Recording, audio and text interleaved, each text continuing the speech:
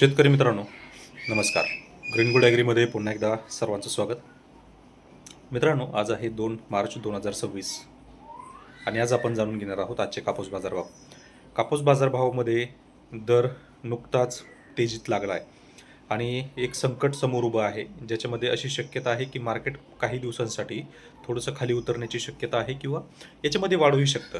परंतु ज्या पद्धतीनं ही वेळ आली आहे तर बऱ्यापैकी मार्केट उतरण्याची शक्यता आहे, परंतु मार्केट वाढेल.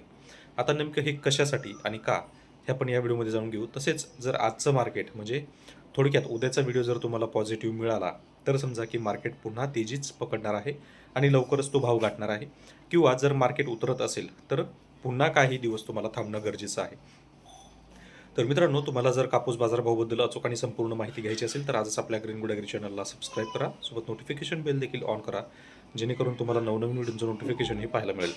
तर मित्रांनो, सध्या आपण पाहतोय दुबई, इराण, अमेरिका यांच्यामध्ये जे युद्ध सुरू आहे, तर ह्या युद्धामुळे एक्सपोर्ट जवळजवळ बंद आहे आणि याचा थेट परिणाम जागतिक बाजारपेठेवर देखील होतो. आता जागतिक बाजारपेठेवर फरक पडला म्हणजे थोडक्यात मार्केट उतरणार आहे.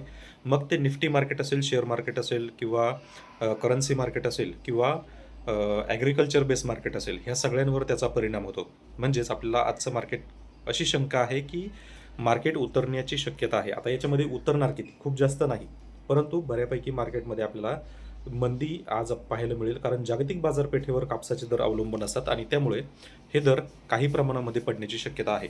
पण जर हे मार्केट पडलं नाही, मार्केट एकतर स्टेबल असेल किंवा मग वाढेल, ह्या तिन्ही शक्यता ह्या आजच्या दिवशी सांगता येत नाही. त्यामुळे उद्याचा व्हिडिओ तुमच्यासाठी अतिशय महत्त्वपूर्ण असणार आहे.